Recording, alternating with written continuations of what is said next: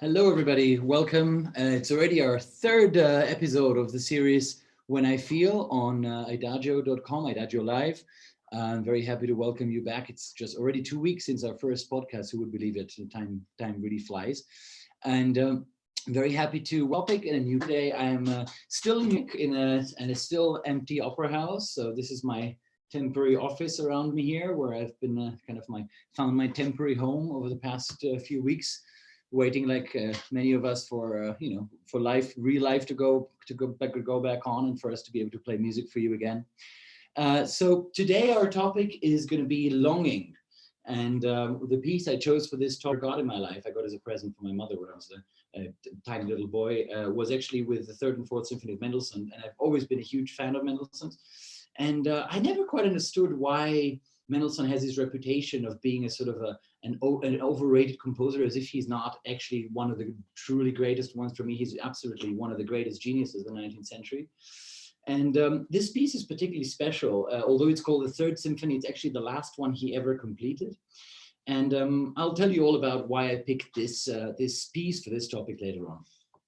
Interestingly enough, if you Google, for example, the word longing, if you go on Wikipedia and see and just type in longing, I was quite surprised that you get automatically redirected to a page about desire. And that sort of combination made me, wonder for a little while, why I don't know if it's Wikipedia, whoever edited that page, why do we combine the idea of desire with longing? They're very similar, but they have a lot of differences at the same time. And if you think of longing or yearning as a feeling, it's not quite nostalgia. It's not about looking back to something that you miss. It's a very special, very, very particular feeling. So desire for me is the wish to obtain something, to reach something, to get to a specific result, to have something, to be somewhere, desire something. And when you reach that result, then you obtain the feeling of satisfaction. Whereas longing, in a way, is already the feeling that you reach. In a sense, it's not a feeling that wants something.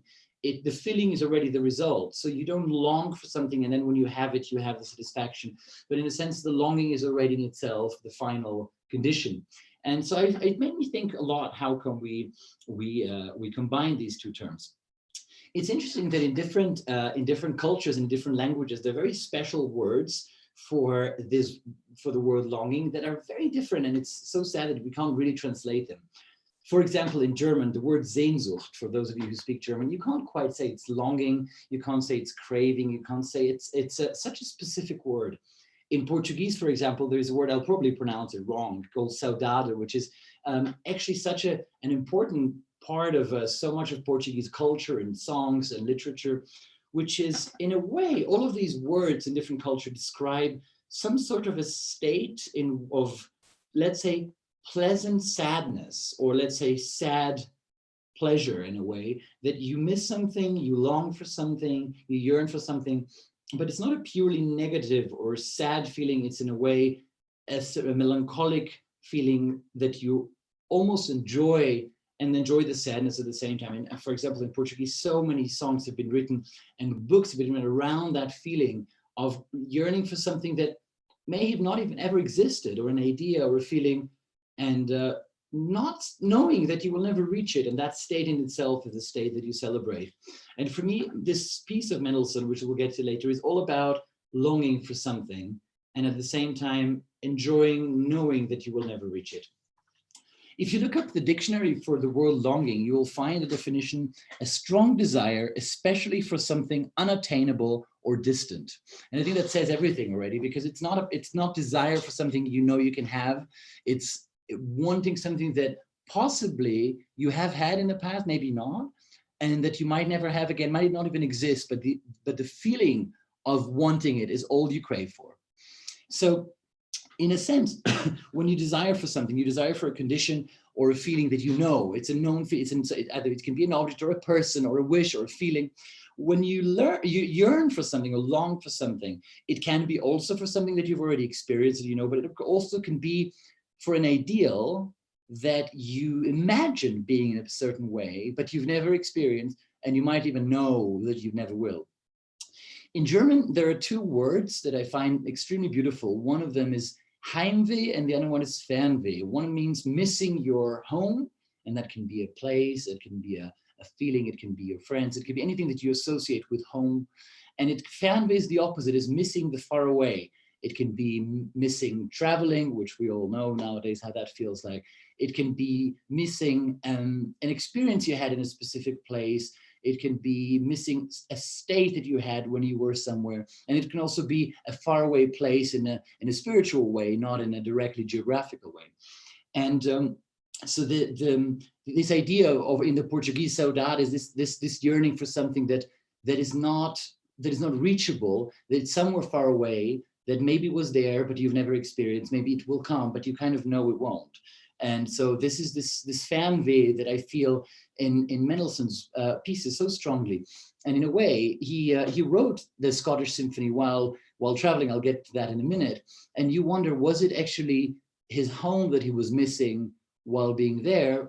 I personally feel that it's when he came back and finished the piece that he was missing the far away.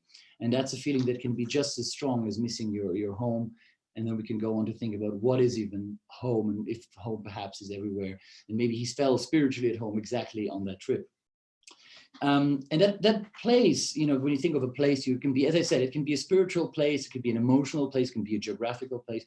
And Mendelssohn very often was inspired by actual places to write pieces. So especially in this famous trip that he took to Scotland in 1829, he had ideas for themes, for specific themes, while he was in places in nature usually, that inspired that. So many composers produced while sitting alone in their, I don't know if you want the romantic idea, in their attic, and suddenly had an idea. Some of them wrote many ideas in a notebook and then picked them many years later.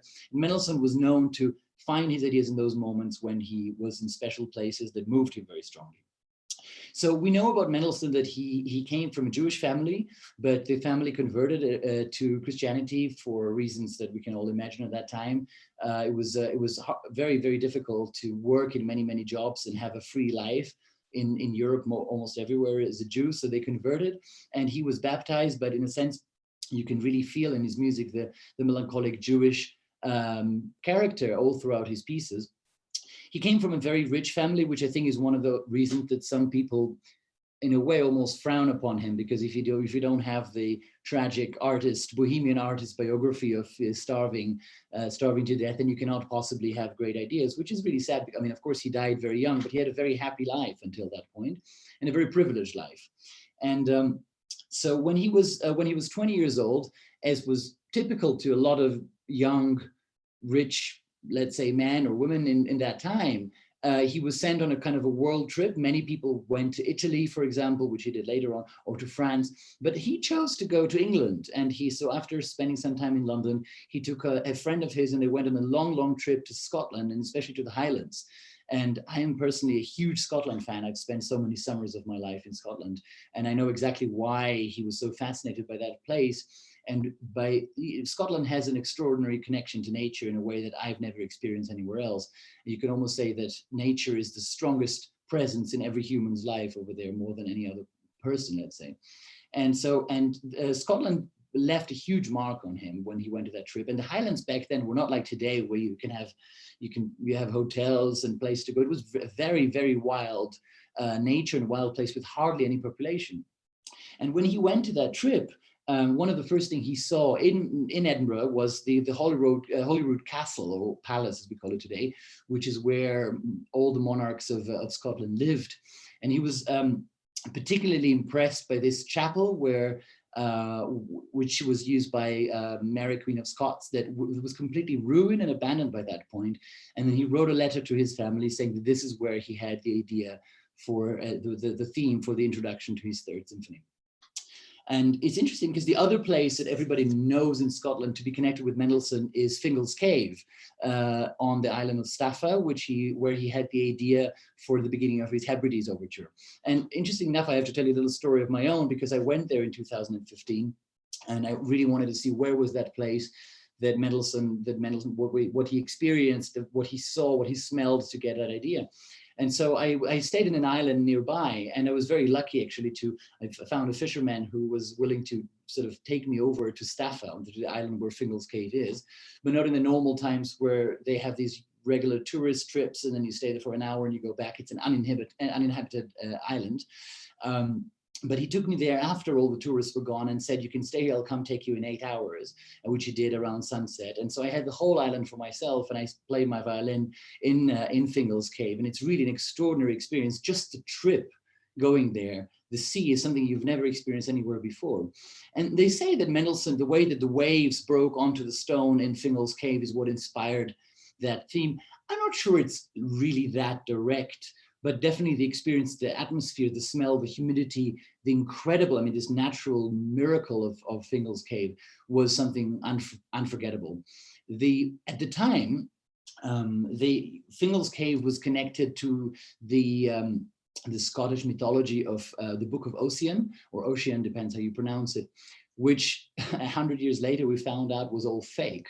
So it was published in Scotland around that time, and everybody was fascinated all over the world, from George Washington to Napoleon.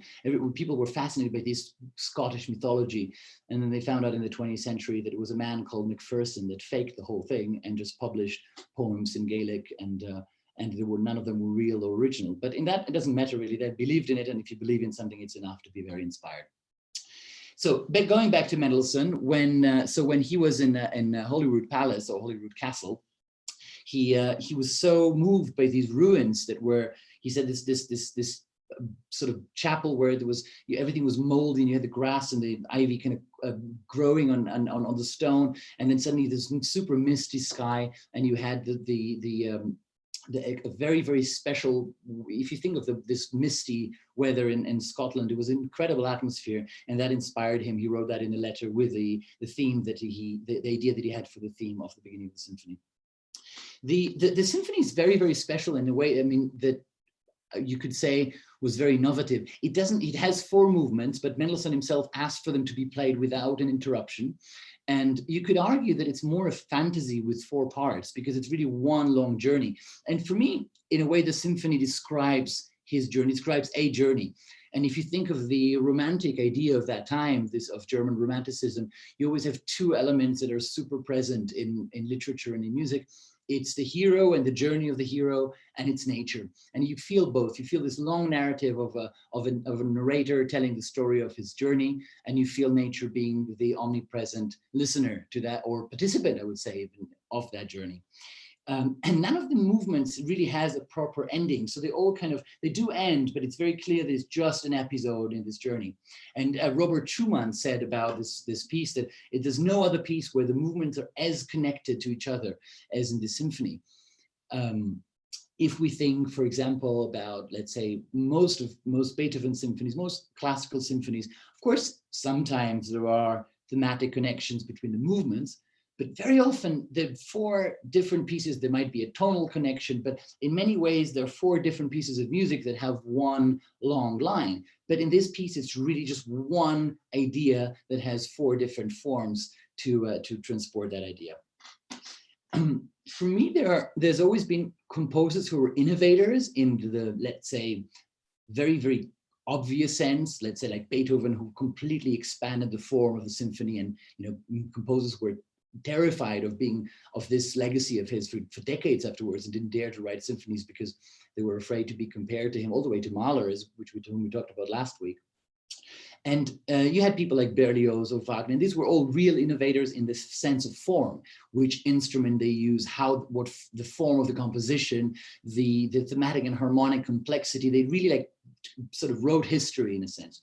And then you had other composers who kind of came along later, who had a little bit of time to process all that innovation, and didn't quite invent anything new as such in terms of form, but they served that wave of development, and those very often created the even greater art. I mean, I wouldn't want to compare because it's a matter of taste, but for me, sometimes people like Schubert or Mendelssohn, or who haven't quite invented anything as dramatic as Beethoven, perhaps use the inventions of Beethoven to create some of the most inspiring and extraordinary music.